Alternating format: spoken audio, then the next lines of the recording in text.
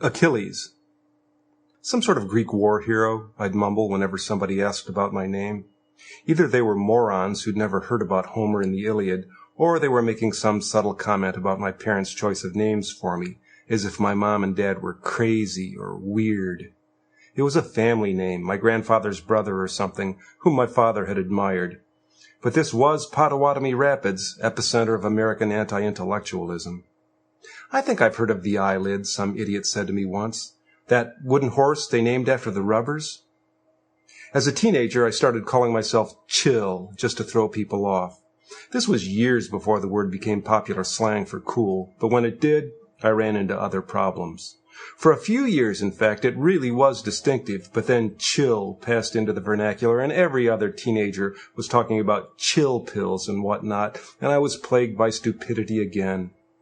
You chillin' today, Chill? You just be chillin'? I'd like to start calling myself something else now, but this is Pottawatomie Rapids, after all, where everybody knows everybody else. I'd never get away with it. Not a second time.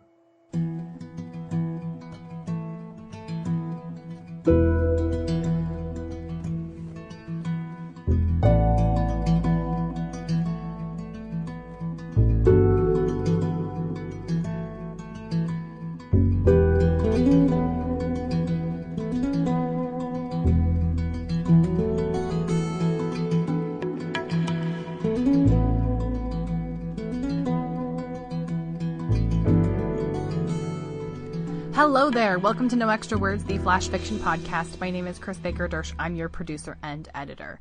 You just heard Charles Rammelkamp reading his story Achilles. Coming up next, Marina Francis Moulars reads What We Talk About When We Talk About Homer. Today's stories mesh really well, but are also very different. Charles Rammelkamp's story Achilles is just around 200 words long. So it's not quite microfiction, but almost. And I actually broke my own rules with Marina Francis Moulars' story. It is longer than our normal submission guidelines allow for.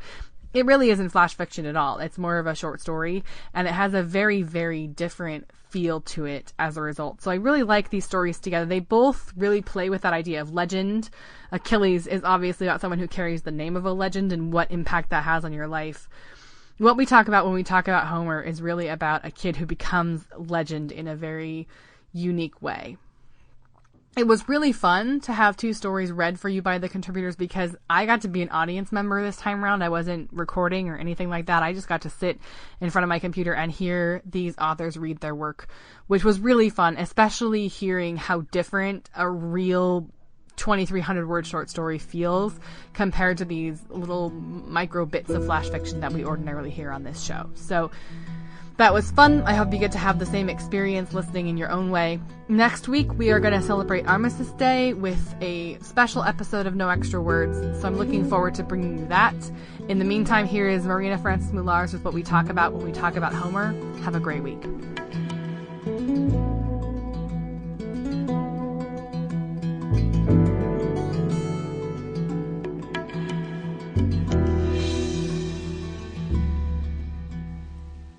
It was a universal shame that the yearbook budget didn't allow for a scratch and sniff feature. Some might even call it a minor tragedy. The scratch and sniff could have done a whole lot, could have finally untangled everybody from everybody else for a far more vivid rendering of the 8th grade class of Freedom Point Junior High. Almost everybody could have been grouped by common scent instead of alphabetical whatever for starters. The jocks and whatever the wrestlers really were could just be a whole sheet of mildew and deodorant and desperate trophy anxiety. The preps could smell like under polo boob touching and those little bead packets that come with new expensive sneakers, and the vacant squares where their faces ought to be could just be tiny little samples of their girlfriend's body sprays, vanilla frosting, maple syrup, moonlit Winnebago path. Tally Major's smell could go on every guy's square. The weirdos would probably get the last few pages of the yearbook because there'd be so many different kinds of scents to deal with. Daydreamer fog, broken home cigarette box dinner, acne picker and thumbsucker sweat. Somebody like Rat Tail might even need his own insert because it'd probably cost a little bit more for the luxury of synthetic dried semen and blood smells. And there'd be almost no other way to keep it from infecting everybody else's personal space, which was seemingly Rat Tail's goal on and off the page. Then again, who knows? Maybe it wouldn't be too far off from Winnebago Moonlit Path. Some people would even be harder to pinpoint, not because they were so dangerously distinct, but because they didn't have much to them at all. The in-betweeners and the wannabes would have to have their scents updated almost monthly, and with that, their scents would have to be slightly off every single time, like just a little short of anything really credible. They'd probably have to settle for hand soap or something equally inoffensive, sort of a subtle disappearing, maybe a spray or something. That could also benefit somebody like Lauren Price, who moved away after everybody realized that she was such a little biatch. The yearbook people would have to be real careful with the disappearing stuff, though, the spray or whatever it was. Most students wouldn't want to be anywhere near something like that. That could be another universal shame. Homer Greeley would be some other issue entirely. Nobody would be able to scratch or sniff Homer because nobody really knew Homer at all. That's who he was, almost fully and completely. Never in a club, never in a class, never on a bus route or a phone tree or a roster, but always dressed up in the middle of a row of yearbook portraits just in the nick of time. After that, gone, almost completely, until the next one came around. Though nobody knew Homer, really knew him, everybody knew Homer's mom and all the things she dropped by the main office for teachers and kids who got bribed to be good. Oatmeal cookies, chocolate-covered blondies, povatitsa, whatever that was. She'd come by and leave some bag of something and drop Homer's backpack off every time he forgot it, and everybody in the office would struggle with who to give it to. Then, at the end of the day, Homer's dad would come pick it back up when Homer forgot to bring it home.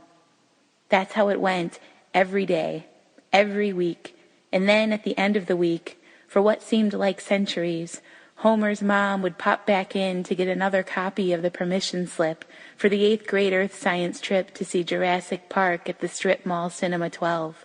Because boys will be boys and lose sight of responsibility sometimes.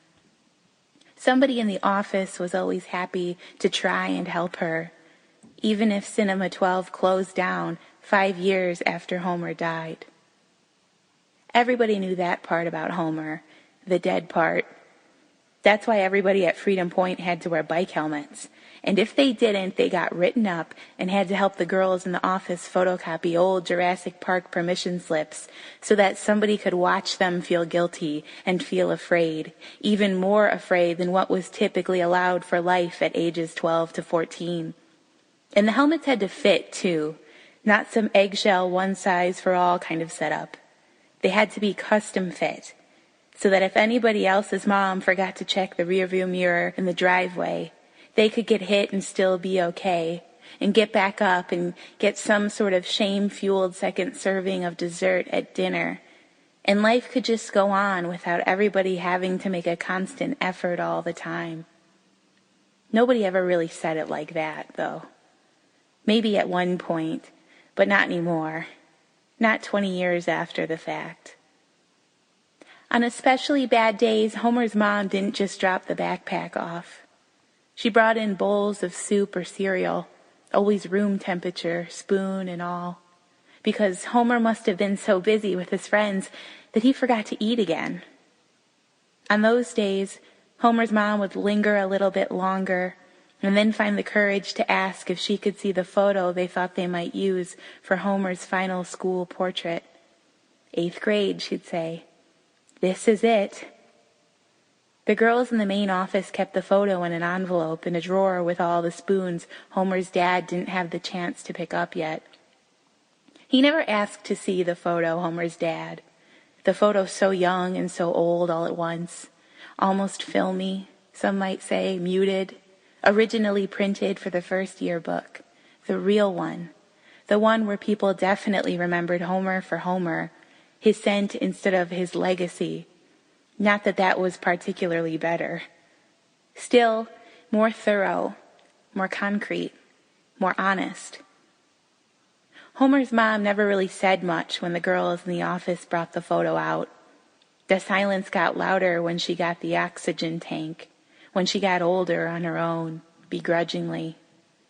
The picture was just for looking at, until she found the courage to touch Homer's face, and then his hands, and then both of them at the same time. Sometimes she'd pick the photo up and hold it, his whole body in her hands, and smell where his hair hit the light. Then she'd take so much time to put it back down on the desk, as if it were much heavier than she could manage. Nobody in the office ever answered phones until she finally found something to say. "Yes," she'd say, soft and tired. "This is the one." She'd always linger just a little bit longer after that, like she'd realized something or accessed something she had turned off long ago. Homer's dad was to be contacted immediately if anything like that ever happened, but nobody ever needed to call. Homer's mom always found a way to carry on. "I think he'll like high school, don't you?" she'd say. Once everybody in the office agreed, Homer's mom would go back outside and cross the street and head home. She almost always stopped in the driveway, almost waiting for something to appear before continuing on with whatever needed to be done. The photo would go back in the drawer until somebody else needed proof of something. At a certain point, it was hard to distinguish who was really keeping Homer around. For the first little while, when there was just uncomplicated sadness, it was Homer's dad that needed everybody's help, and Homer's dad that knew how to ask for it in memorial trees and candle lightings. People said Homer's mom stayed pretty quiet back then, while Homer's dad figured out how to keep on living. That's when they sold the house, the driveway too, and bought a new place near the school so Homer's dad could get a closer view of active energy, of Homer's spirit maybe, before it was time to go back to work. At some point, Homer's mom seemed to take over the watching, boys being boys, girls chasing after them. One little guy outside with no coat, waiting for a ride that forgot the schedule. Rumor had it that Homer's mom tried to snatch him up one time, tried to simply pick him up and carry him away until someone from the office came out and peeled her off as she went on about chicken and stars.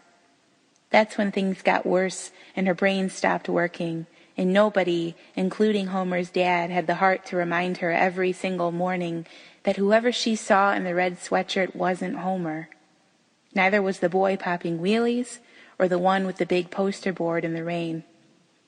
In a way, it just seemed easier to accept that they were all Homer, that every 14-year-old boy would be Homer, that Homer would magically appear anytime somebody with hair gel and knee scabs and giant backpack went by. At some point, somebody had decided that that's what helped Homer's mom deal with the memory. Freedom Point never forgot, though. Never had the chance or the choice or the heart to. Homer's legacy became their responsibility once Homer's mom started wandering over and asking about the field trip and the photo and the cereal. As long as she stayed, he stayed. It wasn't all memorial bonsais, though. Boys would be boys, especially the 6th and 7th graders who weren't old enough to learn the early rhythms of trying to be meaningful, whatever that might look or smell like. When wannabe girls pretended to have non-existent boyfriends, class clowns would poke fun at Homer's expense.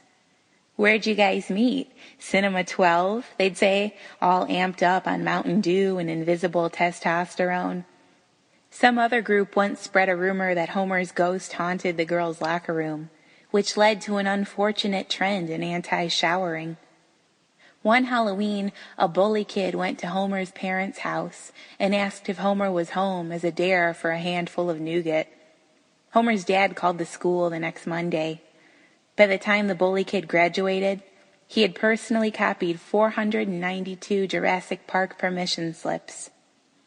Most of the time, though, people were pretty nice, especially the 8th graders, the ones that really mattered at the end of the day. Every year they all got together at the end of the summer with their parents and the teachers and talked about the upcoming school year and the perks associated with their imminent departure. Extra spirit days, peer mentor badges, vending machine access, the annual class gift, which seemed to always be a flag or a new bench for local stoners to abuse. The assembly would also serve as a small forum for students to propose things that they might like the school to give them as well, which often included free rein on chewing gum and cell phones and pocket knives, and, most recently, scratch and sniff yearbooks, which got everybody riled up, which made Principal McPhee shoot the idea down immediately. "Think about the places your classmates have been," he said. "Even just their hands. Really just think about that." People felt weird then, weirder than usual. In a triumphant rebound, he said that pocket knives could be considered, but only the kind that don't have corkscrews, he said. At the end of the night, as with every annual assembly, Coach Henry wrapped the whole thing up with a lecture about being somebody to look up to, which would naturally segue into the deal with Homer's picture and how Homer's mom had been having a hard time lately, which accidentally lasted for 20 years, and it would just be nice if Homer could share the same page with the other 8th graders as a memorial of sorts, except if Homer's mother was ever around, it wouldn't be necessary to call it that. Perhaps it'd be more fitting to choose a club, or a team, or a class that one might share with Homer if he were still there, if 34-year-olds still happened to be in junior high. The picture made it in, would probably always make it in. Though Homer's mom could have easily been fooled by the same recycled yearbook each year, and Homer's dad didn't need much of it either, the endless stream of Freedom Point Junior High 8th graders delighted in inviting Homer into their class for a lot of reasons. Sometimes just because it seemed like the right thing to do, for whoever really loved Homer, wherever they went when he went. Other students said they sort of liked the picture because of tradition, because other kids their same age, who used their same textbooks and their same lockers did it too, and that was enough of a reason to do anything. Most of the time, though, whether anybody actually admitted it to anybody, Homer's picture proved that 8th graders do in fact happen and matter, whether they suck their thumbs or they eat their feelings or kiss every boy that has a pair of lips. And Freedom Point Junior High doesn't forget them. Not any of them, not even the ones that don't do nearly enough to have anybody remember much of anything at all. Homer was nobody, or it at least felt that way, and in that sense, he was everybody, all at once. Maybe it was all right that the scratch and sniff stuff didn't happen. The science behind it needed work, and the pages would probably stick, and it would be a whole hassle to figure out how to keep all the smells separate. It'd probably be years until someone had the chance or the time or the drive to untangle everybody from everybody else, if it was even an option. By then, Homer's mom would probably be gone in a new way, a more permanent one. Homer's dad, too.